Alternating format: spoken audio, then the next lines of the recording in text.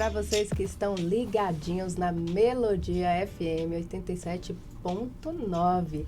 Seja pelas ondas do rádio ou pelo canal do YouTube, esse é o Crescer e Brilhar, o podcast da Eneida Sol e do Joelísio Fraga, meu parceiro. Estamos aí. Esse homem sumiu, me deixou sozinha, mas ele está de volta. Eu sei que vocês sentiram falta dele aqui na semana passada. Recebi mensagens, direct, mas olha ele aqui.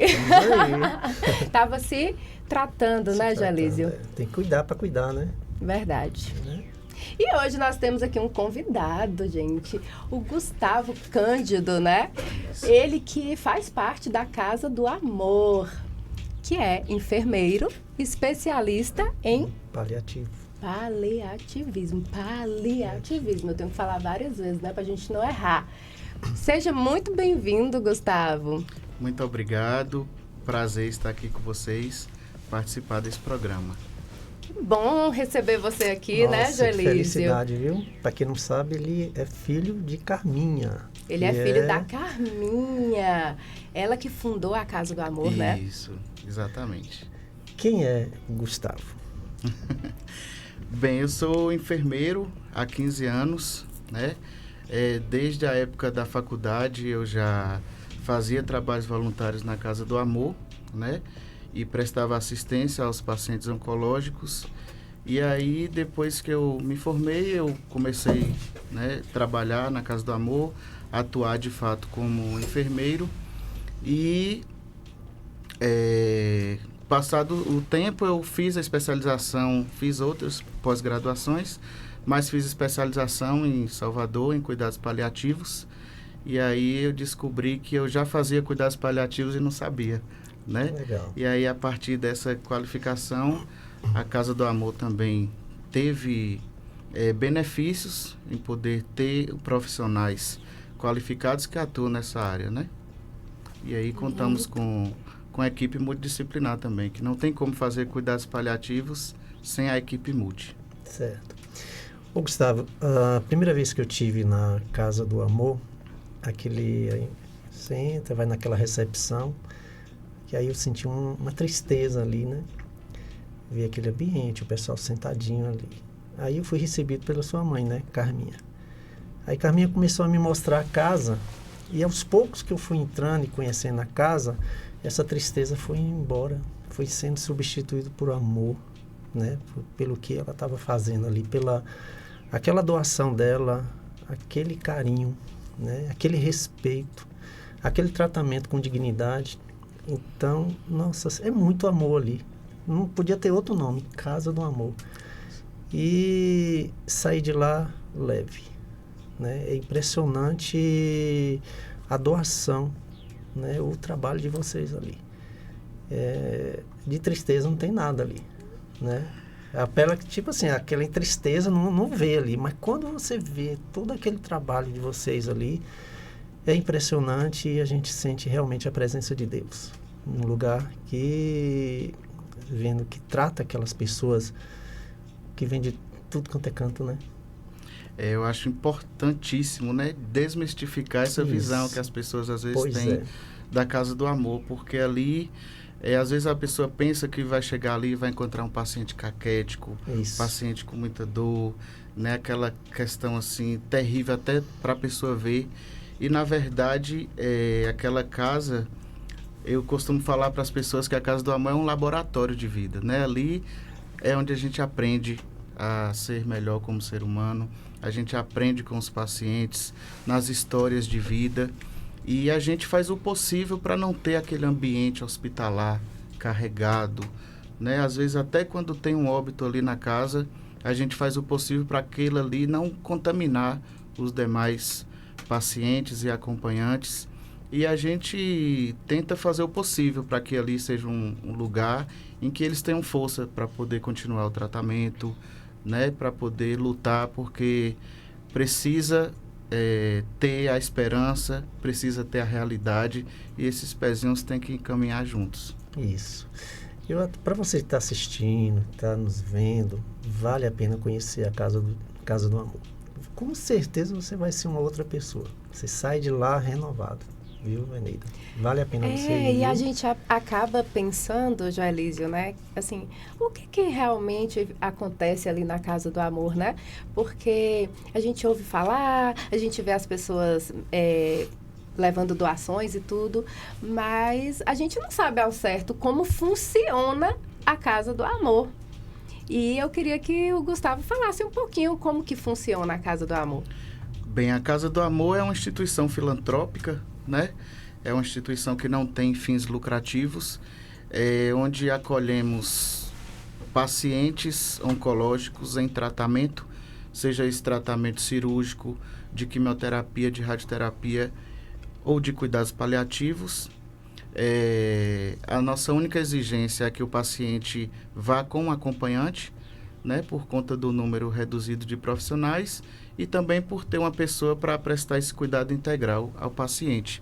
Então, nós temos 120 leitos lá na Casa do Amor e esses pacientes, eles recebem assistência de enfermagem, assistência psicológica, médica quando necessário, inclusive tem médico lá na Casa do Amor voluntário que presta esse serviço, temos nutricionista e voluntários, né, que prestam também serviços de práticas integrativas, que também é muito importante para o paciente em cuidados paliativos. Transporte para as clínicas, né? Então o paciente ele chega aqui em Conquista, geralmente são pacientes de fora. 98% dos pacientes da Casa do Amor são pacientes de fora. E aí imagine, né, um paciente que vem de uma cidade de fora, que pega aí 36, 38 sessões de radioterapia, não conhece a cidade, né? Então para ele pagar hotel, para ele, para o acompanhante, alimentação, transporte é muito difícil. E lá na Casa do Amor ele recebe todo esse serviço gratuitamente. Não é cobrado nada de nenhum paciente, nunca foi cobrado. E ele recebe todo o apoio, né, durante esse tratamento aqui, e às vezes até quando vai para casa. Tem pacientes que têm enorme vulnerabilidade social e precisa às vezes da feira para a gente mandar para casa, das medicações que não tem condições de comprar. Lá também nós temos assistência farmacêutica. Então, a gente tenta fazer o possível para poder viabilizar exames, né? Organizar a vida do paciente enquanto ele estiver de tratamento ou em cuidados paliativos. Que coisa linda, né, Você não conhece lá não, né? Você acredita que eu nunca fui Mas lá na Casa do Amor? Você vai ter Você que vai ir me lá. levar? Claro, levo. E logo, Carminha tá vindo aqui, né? Para bater um papinho com a gente. Você já falou, por que você escolheu realmente o seu paliativista? Porque foi desde, tipo assim, inspirou na sua mãe? Como é que foi isso? Realmente foi um chamado. Na verdade, eu já atuava com paciente oncológico, com paciente em fim de vida e lidava muito com a morte o tempo todo, né? E antes da pandemia, mais ou menos 2018, a gente teve o prazer de ter na casa um médico de Salvador, que na verdade ele morava em São Paulo, veio para Salvador e conheceu a Casa do Amor. Chegando lá, ele me apresentou os cuidados paliativos, né? É o Dr. Franklin Santana, ele é um grande professor, um grande escritor, é uma pessoa muito humana e que abriu as portas dos cuidados paliativos lá para a Casa do Amor e me convidou para fazer essa especialização em Salvador. Eu fui e a partir daí eu me encantei, me apaixonei, né? E agradeço também a Deus, agradeço a Ele por poder ter essa qualificação, né? E também prestar esse atendimento aos pacientes em fim de vida. Legal. Vamos esquecer que você é filho de Carminha, tá? Sim. E como é que você vê a Casa do Amor, você sendo um colaborador, que entre aspas você é um colaborador? Sim. Né? Por tipo, eu te dei aqui a minha experiência com a Casa do Amor. Se eu fizer essa pergunta a Carminha, ela vai falar, né? Vai responder conforme ela, né? Como tudo começou, enfim. E você, como colaborador, como é que você vê a Casa do Amor? Esquecendo de ser filho, tá? Sim.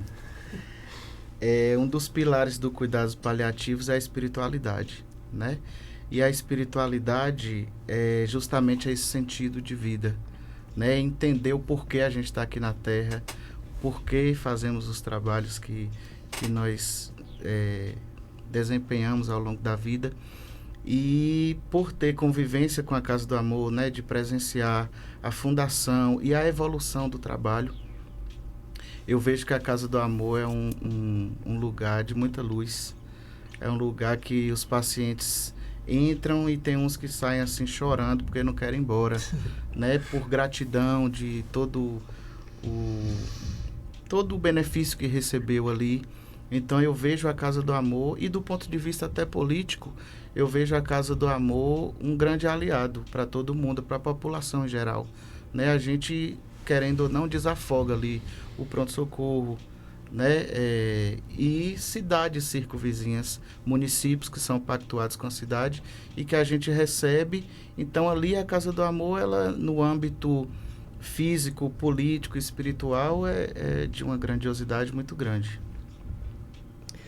Esses pacientes que vocês recebem, como é o perfil de cada um ali? Bem, geralmente são pacientes, né, como eu disse, que têm uma vulnerabilidade social, são pacientes carentes, mas também recebemos pacientes que têm condições, que às vezes preferem ficar na Casa do Amor do que ficar no hotel sozinho, por exemplo, com acompanhante, né? Mas são pacientes que são lavradores, são pacientes da zona rural, são pacientes que infelizmente não têm acesso à prevenção primária em saúde, né? Então às vezes já chegam lá na Casa do Amor com a doença avançada, né? Sem saber realmente de fato o que eles têm.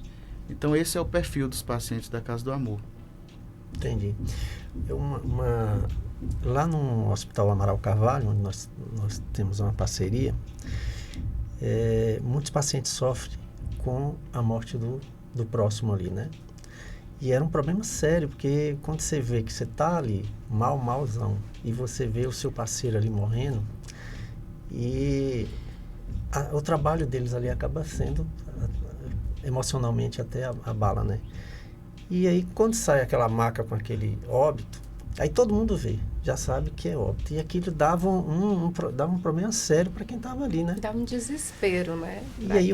E aí lá tem o pessoal da assistência social lá de Jaú, falou, a gente tem que fazer alguma coisa. Por que eles fizeram? Uma caixa. Coloca o paciente que está em óbito, né?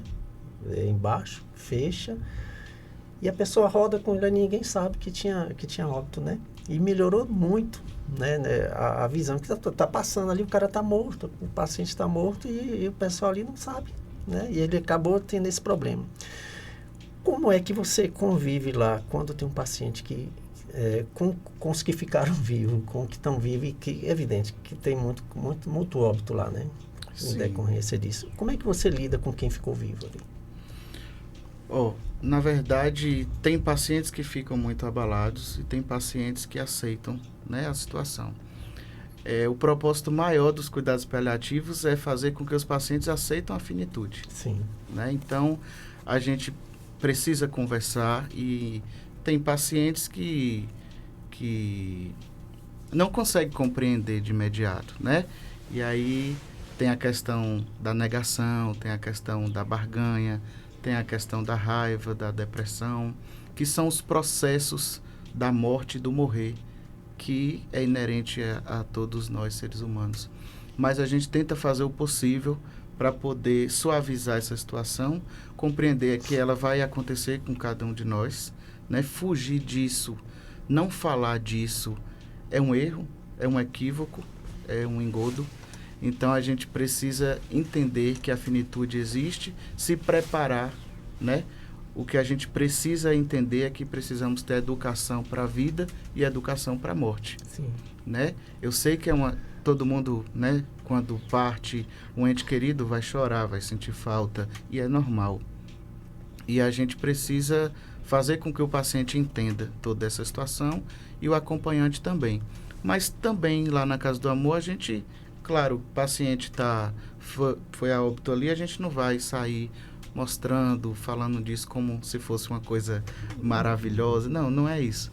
Né? Mas a gente tenta também ter essa discrição, né? E pedir logo auxílio ao serviço funerário, retirar o corpo da casa, mas a gente precisa entender que isso faz parte da vida. Eu acredito que, apesar da gente saber, né, que vai morrer, que vai chegar o nosso dia, o nosso momento, mas algumas pessoas, elas têm um receio, um medo. E quando você é diagnosticado com uma doença grave, eu acho que esse medo, para algumas pessoas, ele é algo recorrente, né? Todos os dias, essa pessoa está ali pensando, será que vai ser hoje? Será quando vai ser? E quando vê alguém que está ali dividindo o espaço com elas, na mesma situação, né, vir a óbito, eu acho que é isso que impacta a pessoa. Algumas lidam naturalmente, né, com a cultural, doença. Né? A gente tem uma cultura egoísta, amor, Exatamente. não é? Então a gente, como eu sempre falo, a gente quer ir para o céu, mas não quer morrer, né? Né? E a gente não aceita a morte, infelizmente não aceita, né? E aí o trabalho seu acaba sendo não só de enfermeiro, mas sim de psicólogo, né? De lidar, de ser terapeuta ali, né? Hoje eu tenho pacientes na Casa do Amor que aceita a finitude, né? Que fala assim, olha, agora eu estou pronto e pode ser hoje, pode ser daqui 1 ano, pode ser daqui 10 anos, né? Claro, tem pessoas que têm uma resistência e é normal, a gente precisa entender e trabalhar, né? É um trabalho, não é receita de bolo. Cada um tem a sua individualidade, cada um traz consigo, né? As suas ideias, os seus anseios. Então, isso que a gente faz. E os cuidados paliativos é isso. É a gente entender que o cuidado, quando o médico fala assim, olha, não tem mais nada a fazer. Aí vem o cuidado paliativo e fala, tem muito a se fazer, né? É trabalhar no âmbito espiritual, social, físico, né? Psicológico, né? A gente trabalha muito com a questão da dor total, que é a dor física, a dor social, a dor espiritual e a dor psicológica. Então, essas dores, elas não são sanadas com morfina, por exemplo, né? Com analgésicos convencionais. Então, a gente trabalha nessa parte para poder o paciente entender toda a situação que está acontecendo com ele. Que colocação, que essas dores não são tratadas com morfina. Isso é para virar uma frase assim de outdoor, viu, Joelísio? Porque às vezes a gente não para pensar, né?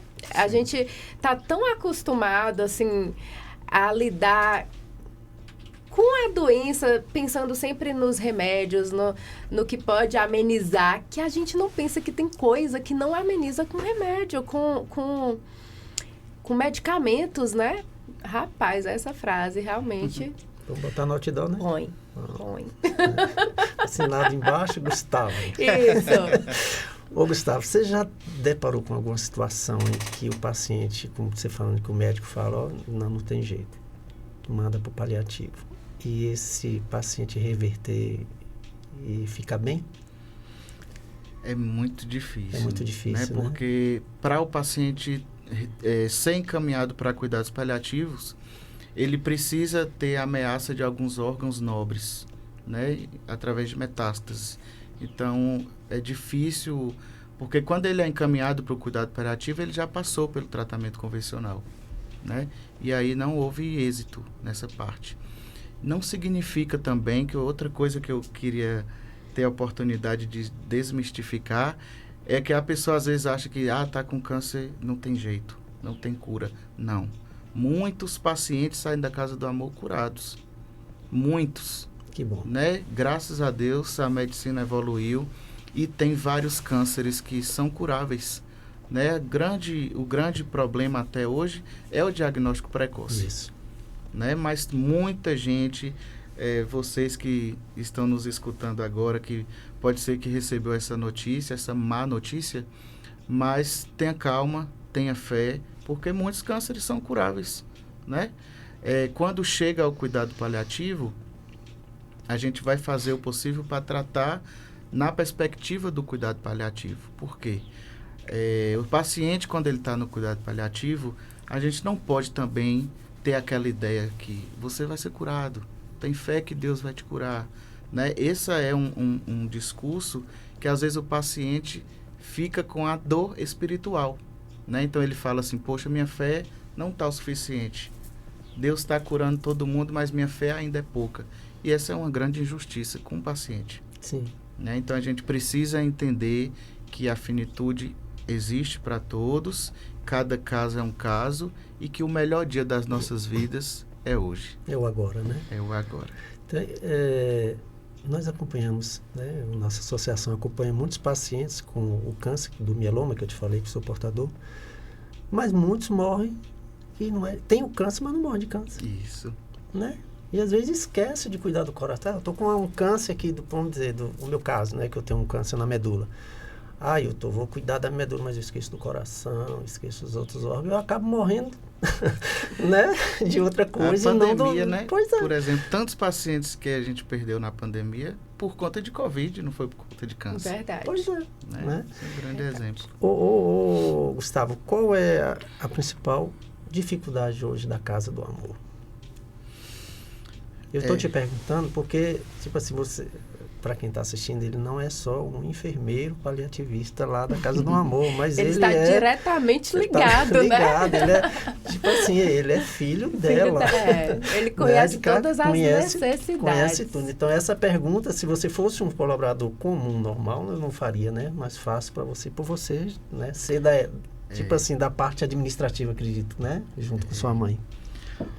Tem o impasse da questão de regulação, né?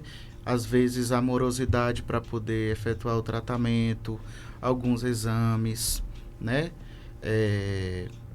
E a questão financeira, né? A Casa do Amor, graças a Deus, nós nunca passamos uma necessidade extrema, mas é uma instituição que vive de doação, então a vida toda vai precisar de pessoas que colaborem, né?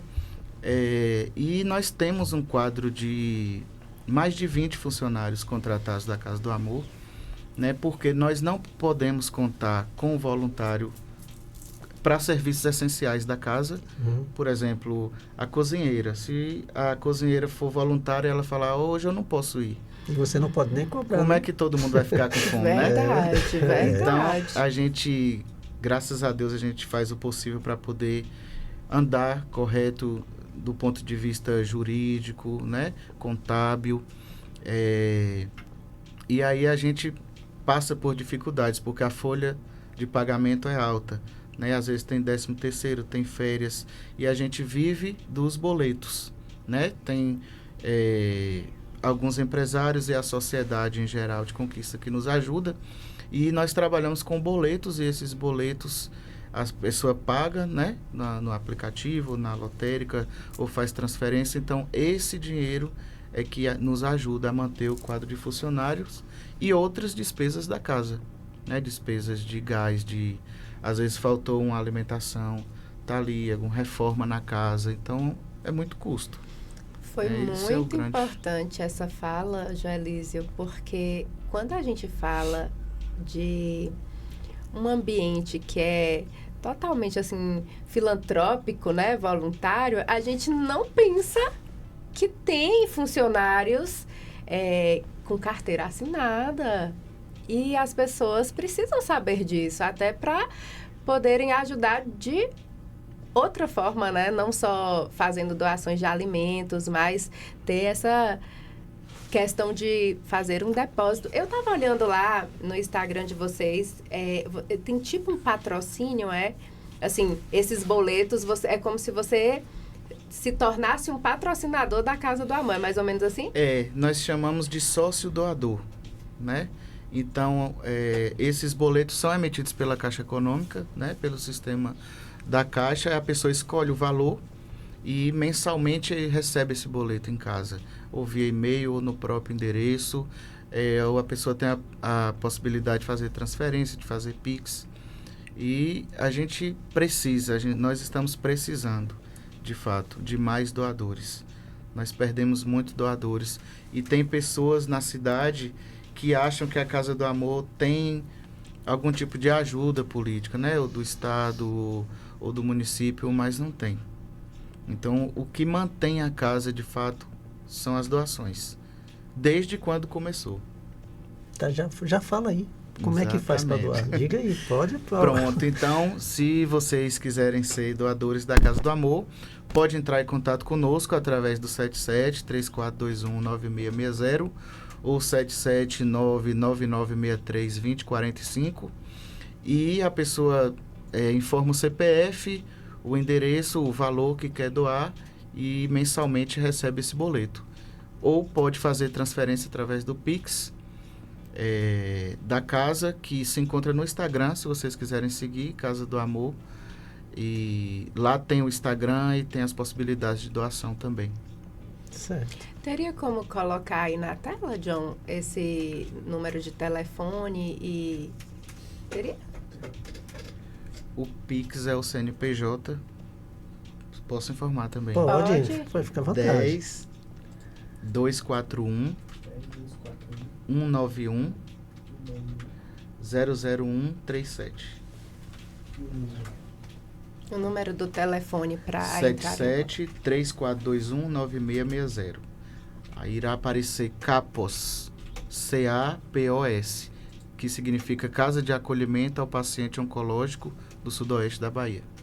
E vocês que estão aí nos ouvindo aqui pelo rádio ou nos assistindo pelo YouTube, de qualquer lugar do Brasil, do mundo, porque esse podcast vai longe, viu, gente? Façam suas doações, porque é um ambiente que acolhe muita gente, né? Inclusive, assim, eu sei de várias pessoas que vieram lá da minha cidade, Carinhanha, que ficaram na Casa do Amor, né? Sim. Então, são pessoas realmente que não têm condições para pagar lugares, né? Para se hospedar em outros lugares. Então, assim, esse trabalho realmente é fantástico, né, Joalísio? Unida, teve um paciente na Casa do Amor, eu misturo um pouquinho de amor, porque Barretos é hospital de amor, né? E aí é Casa do Amor. Que ele ficou sozinho, foi abandonado pela família e a Casa do Amor acolheu até o descanso dele, né? Então, como é importante essa casa, gente. Sim, é um lugar de acolhimento, né, para as pessoas. Como o Gustavo falou, tem gente que tem condições de ir para hotel, mas querem ficar lá porque se sentem acolhidos, até mesmo aquela questão de você estar com outras pessoas que estão vivendo a mesma situação que você e você poder compartilhar disso, né? Não se sentir solitário em busca da cura ou até mesmo esperando o tempo passar, porque a gente tem que pensar que existem essas duas vertentes, né? Exatamente. E acontece realmente de pacientes, né, que chegam e não tem ninguém, não tem nenhum familiar. Nesse momento, a casa paga alguma cuidadora para ficar com esse paciente lá. Ainda também tem esse gasto, né? Que não é um gasto, faz parte do trabalho, né? Mas que a gente precisa de ajuda para isso. Né? E às vezes precisa de alguém para apadrinhar um paciente que não tem benefício, que não tem parente, que não tem ninguém e fica na Casa do Amor, né? Durante esse tratamento. Até fazer os encaminhamentos, né? Ter assistente social para poder resolver a vida desse paciente. A gente sai pedindo, eu saio pedindo para a minha associação, mas eu tive a oportunidade também de ter um contato com um ativista, que não sei se você chegou a conhecer, da Adora lá de Belo Horizonte. Ele teve aqui, né? Sim, doou cadeira de rodas. Doou fraldas, né? Então, é um parceiro nosso, lá de Belo Horizonte, e ele fez uma doação. Falou, olha, o que você precisa? Olha, eu tenho uma máquina de fralda, eu tenho uma máquina não sei o que. Eu falei, olha, você tem que manda lá para Casa do Amor. Então, o trabalho que a gente tem, né? O trabalho é interessante a gente espalhar isso aí. Né, espalhar para todo mundo que vocês precisam de ajuda. Sim. Sabe? Porque só quem vai na casa, Eneida, e vê lá de perto, quantos pacientes você tem lá? 100 e quantos? Nós temos 120 leitos. Pensa em 120 leitos lá, ocupados, né? Sim. Então, você precisa de... Teve uma época lá que eles estavam precisando, eu acho que de fralda, e aí de uma hora para outra teve uma doação, né? São coisas de Deus. Isso é bom, né? Demais, né? Quando as pessoas vêm... Nossa, você sai de lá assim, ó, radiante. As pessoas ficam assim, os funcionários ficam assim até assustados às vezes. com o poder de Deus, né? Com essa situação. Esses dias mesmo a gente estava precisando de alho, né? E foi assim, 10 horas da manhã, as cozinheiras estavam, meu Deus, tem que comprar alho e Carminha não chegou ainda. Aí eu falei, vixe, então tem que dar um jeito. Aí de repente chegaram 2 sacos de 60 quilos só de alho. Um caminhão de alho. Aí todo mundo olha assim, meu Deus do céu. Eu falei, pronto, graças a Deus. É maravilhoso, né? A presença né? de Deus. Ô, Gustavo, você que lida diretamente com aqueles pacientes, né, em fim de vida, quais são os pedidos mais frequentes deles naquele momento ali, tão delicado? Geralmente, na minha experiência, Sim, né? sim. Geralmente são pacientes que são mães, né, que são pais, que querem partir e os filhos, né, têm os filhos. Então, é um grande apego, é um grande... É difícil, né, o paciente se desligar disso. Então, em relação aos pedidos que forem inerentes da terra, de fato, né, de alimentação, de uma viagem, de rever algum parente, esses são mais fáceis de ser resolvidos. Mas, geralmente, o que eles mais pedem é que os filhos fiquem bem, né? Que a família cuide, né? E é uma situação, assim, difícil de conviver, mas que tem tanto tempo que eu lido com isso, que hoje eu vivencio essa situação e agradeço a Deus por permitir esse tipo de trabalho, né? Porque precisa de pessoas assim. Esses pacientes em fim de vida, até no ambiente hospitalar, eles ficam sozinhos. A própria equipe abandona, a equipe de saúde, né? Porque fala assim, já vai morrer, nem vou lá. Né? Infelizmente, esse modelo médico curativo de não aceitar a morte faz com que os pacientes sofram isso. E na Casa do Amor a gente reverte, né? Chegou o momento final, então ali eu chamo o irmão, eu chamo o pai, eu chamo o filho, e pode dormir aqui essa noite, e a gente faz o possível para ali ser um momento mundo, de paz, né? Joelísio, sabe o que eu lembrei aqui com essa fala do Gustavo? Daquele vídeo que você postou do palhaço, né? Sim. Que ele chega no hospital e a enfermeira fala, entra ali naquele, tem uma menina, né, uma adolescente já em fim de vida, né? E ele entra no leito e a menina tá lá sozinha e já estava há tanto tempo sozinha, a família já não visitava mais. E ele conta uma história bem bacana, né, Joelísio? Ele conta que ele chegou numa situação, porque ele era palhaço de hospital, né? O negócio faz fazer rir e tal. E uma enfermeira mandou, visita aquela adolescente paciente de 13 anos, 13 gente, anos. Em estado terminal do câncer, né? E ele chegou lá e falou, meu Deus do céu, eu vou fazer o quê aqui agora? Eu vou falar o quê? A menina lá tá sozinha. E ela meio falou assim, olha, eu tô indo fazer uma cirurgia e nessa cirurgia eu tenho certeza que eu vou embora. E ele falou, eu faço o quê, gente?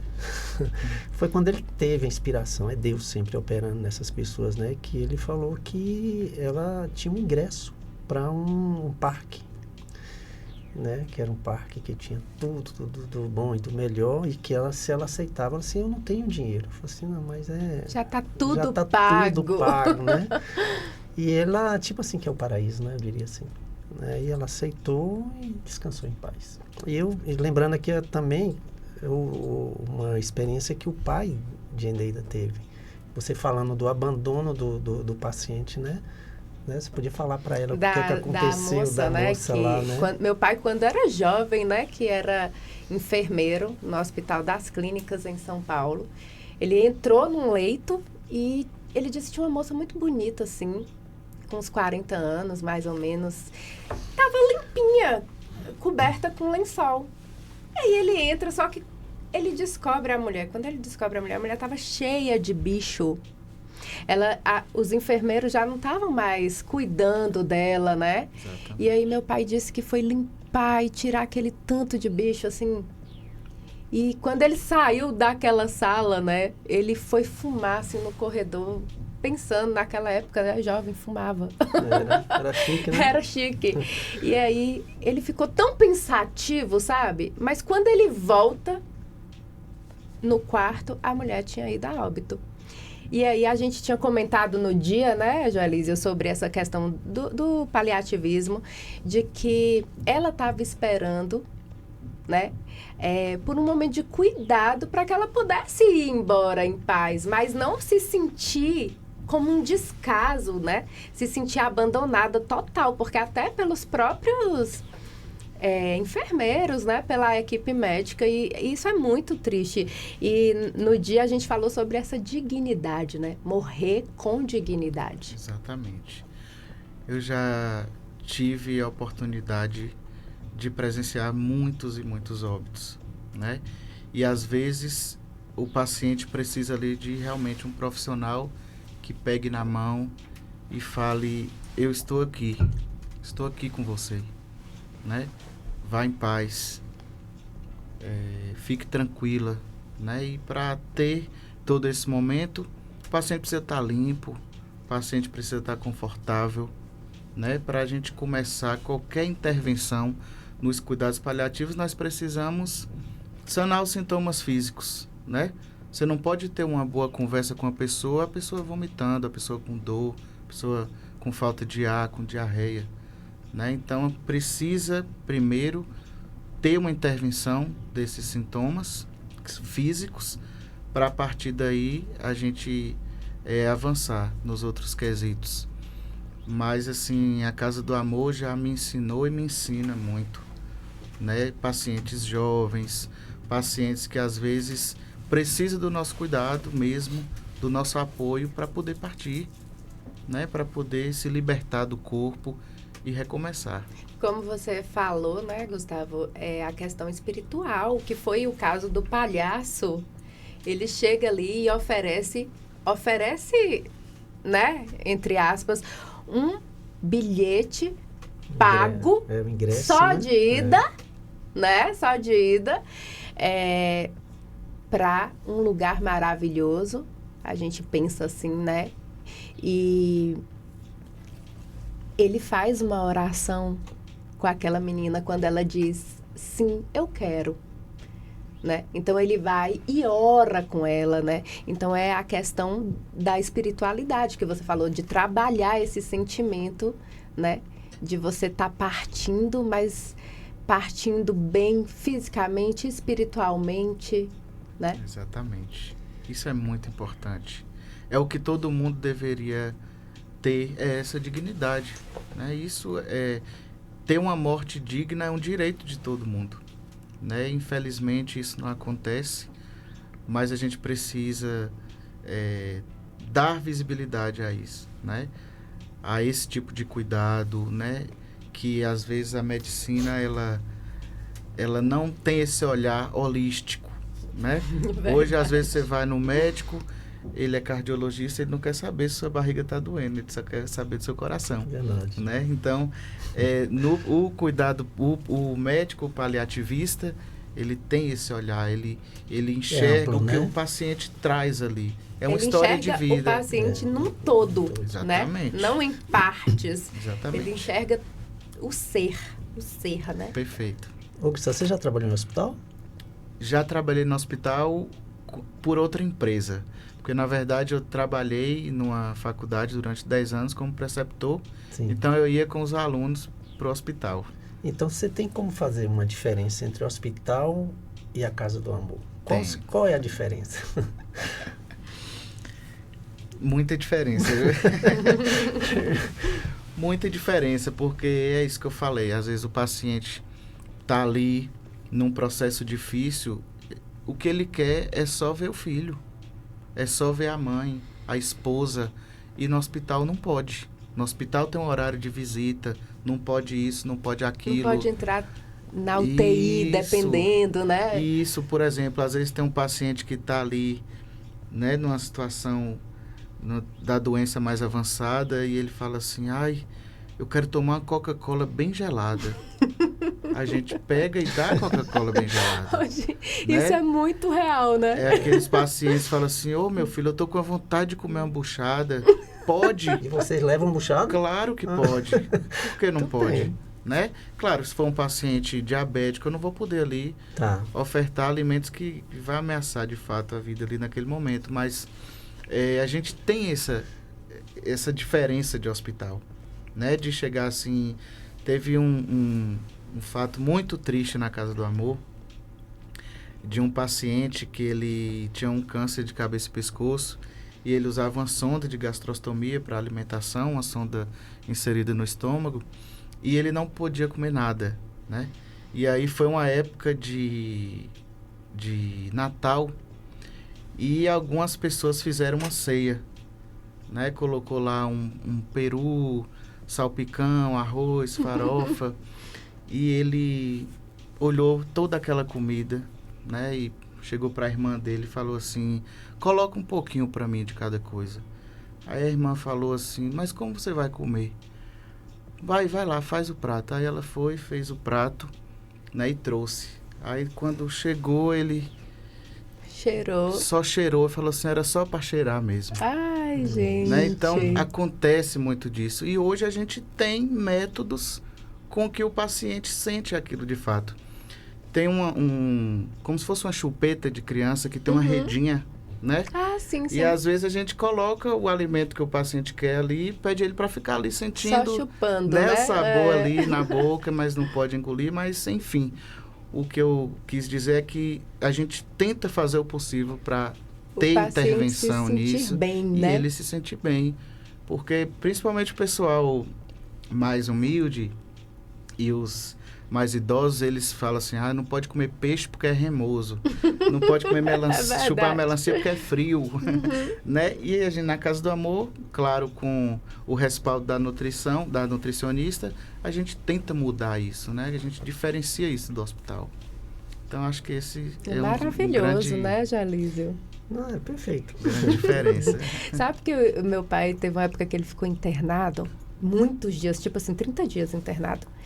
E não foi câncer, mas ele tinha perdido os dedos dos pés e tal. E ele ficou em isolamento por conta da bactéria, né? Ele sentiu uma vontade de comer um bife acebolado. Ele falava, traz pra mim esse bife acebolado, porque no hospital não serve certas coisas, né? Sim. Então, eu fico imaginando essas pessoas, né? O quanto elas sentem necessidade de comer diferente. Meu Deus! Na Casa do Amor, há um tempo, a nutricionista, ela queria fazer comida de hospital, né? Por um tempo, assim, uma comida muito... menos sal, menos gordura, mais light. E aí, eu repensei, falei assim, mas por quê? Vamos mudar isso aqui, né? Muitos pacientes, não é porque tem câncer que não pode comer as coisas. E aí eu consegui mudar. Então, lá na Casa do Amor, a gente faz feijoada. Feijoada mesmo, com que legal. Linguiça, com porco, com tudo. Tem o dia do estrogonofe, né? Então, tem a carne cozida e se tiver mais doações de outras coisas diferentes, a gente faz também. Então, a gente faz o possível, o paciente está ali, se sente bem, né? Às vezes o paciente, eu não quero almoçar meio-dia, eu quero almoçar 4 horas da tarde. Vai almoçar. Não, então, muito diferente de hospital nesse sentido. Que legal, muito bom. Qual foi o caso que mais te marcou, você sendo paliativista? Muitos. Muitos, né? Muitos de pacientes com lesões, assim, extensas, muito fétidas, às vezes com miíase, né? Que é o bicho que dá da mosca. Mas eu tive um paciente lá que ele teve um carcinoma na perna, que é um tipo de câncer, e ele tinha epidermólise bolhosa. Foi esse daí, né? Tristeza, então, gente. Ali... Ele faleceu agora, não foi? Tem um ano, mais ou menos, né? Então, esse paciente, de fato, foi muito triste. Foi um sofrimento, assim, e, assim, abandonado pela família, né? Sendo tratado por cuidador. Ai, que triste. E odor muito fétido, muita dor, muita secreção. né? Então foi Porque a própria doença, né? A epiderme, ela já é triste, né? Mas assim, é uma doença... fora esse paciente, inúmeros pacientes, assim, principalmente pacientes de cabeça e pescoço, né? Que às vezes faz umas lesões assim muito difíceis de ser tratadas. Olha, o nosso tempo está quase... Olha, não é... Eu falo todo dia que um uma podcast hora é muito pouco. Para 2 horas. Eu queria que você deixasse uma mensagem aqui desmistificando os cuidados paliativos. Porque, olha, eu falei com Martinha. Martinha é uma... que vou te apresentar depois... Teve aqui umas 2 semanas, umas 3 semanas atrás, que é uma enfermeira paliativista também lá do Hospital de Base.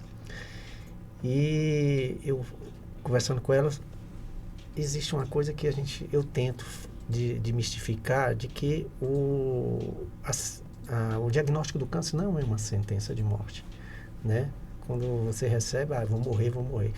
E ela falando que quando ela entrava lá nas enfermarias e via lá, enfermeira paliativista, já falava, já estou no último minuto. Já estou no fim, né? E eu queria que você deixasse, para finalizar aqui, que, nossa, maravilhoso o nosso bate-papo aqui, desmistificando o paliativismo. Bem, hoje em dia, há profissionais, né? Há estudos que falam que a visão de cuidados paliativos começa a partir do momento que a gente nasce, né? Porque essa educação é que vai fazer com que a gente morra bem. E às vezes o paciente é encaminhado para cuidados paliativos, como eu disse anteriormente, ele já fala assim, né? Não tem mais nada a se fazer, né? E na verdade não é isso. Tem pacientes em cuidados paliativos que ficam 5 anos, ficam 10 anos, né? Não é uma sentença imediata de morte. E, como você mesmo falou, às vezes o paciente está ali em cuidados paliativos, ele morre atropelado, né? Ou de outra situação na vida. Então, nós precisamos, né? A sociedade precisa desmistificar essa questão dos cuidados paliativos, como muitas pessoas têm, por exemplo, com UTI, né? Fala que vai para UTI, vai morrer. Ai, meu Deus, e não é. Isso é muito, né? Sério. E os cuidados paliativos, a gente precisa abranger esses âmbitos que eu falei, que são espirituais, que são sociais, psicológicos, espirituais, e tem muita coisa de fato a se fazer, né? O importante é o paciente ter a oportunidade daquele dia, daquele momento, né? Ter a oportunidade do perdão, ter a oportunidade de perdoar, de ser perdoado, de amar, de ser amado. Então é uma situação que, ao invés de ser triste, é uma situação bonita, né? Eu já presenciei, tem mais ou menos um mês, que uma paciente jovem foi a óbito lá na Casa do Amor, e na hora que ela estava quase partindo, eu chamei o irmão dela e falei para ele falar para ela, né, o que tivesse de falar. E ele me deu uma aula, né? Ele falou assim: olha, minha irmã, vai com Deus. Eu te amo, eu estou aqui com você, obrigado por tudo. Então, ao invés de ser aquele momento triste, né, de desencantamento, de tristeza, de raiva, ali é um momento de amor, né? Quem ama, deixa ser livre, deixa partir. Verdade. Então, precisa ser desmistificado de fato os cuidados paliativos. Olha, tá de parabéns, viu? Só tem que agradecer a Deus por existir pessoas como você, como sua mãe, né? Que doa. Sua mãe vive para isso. Vocês vivem isso, né? E a conquista, né? Tem que agradecer cada minuto pela Casa do Amor, né? Existir, né? Verdade. Eu só queria, antes de terminar aqui, Gustavo, para você corrigir o número do telefone ali, que acho que ficou faltando É 324 773421 9660. 3421. Gustavo, obrigada pela sua presença. Foi maravilhoso o bate-papo. Amei quando você falou sobre essa questão de que tem coisas que não se trata com morfina. Você vai colocar isso no outdoor. Tá. E eu quero, assim, pedir para vocês colaborarem com a Casa do Amor, né? Porque é um projeto muito bonito e que precisa. Né, dessa colaboração. E só agradecer. pode fazer a visita lá, né? Claro. Que tem setores que não pode ir, né? Sim, Tem os isolamentos, enfim. Mas para você que quer ter uma visão diferente de sua vida, vá na Casa do Amor. Com certeza você vai sair de lá renovado, né? Eu agradeço a oportunidade de estar aqui hoje falando da Casa do Amor, falando desse projeto que é maravilhoso, que ajuda tanta gente, né? E falando também um pouquinho dos cuidados paliativos, que é a minha vivência diária e que pouco se fala, né? Então agradeço de coração estar aqui. Pronto. E para vocês que estavam aí nos ouvindo e nos assistindo, ó, um beijo no coração e até a próxima semana, né, Jolísia? Se Deus quiser. Tchau, tchau. Tchau, tchau.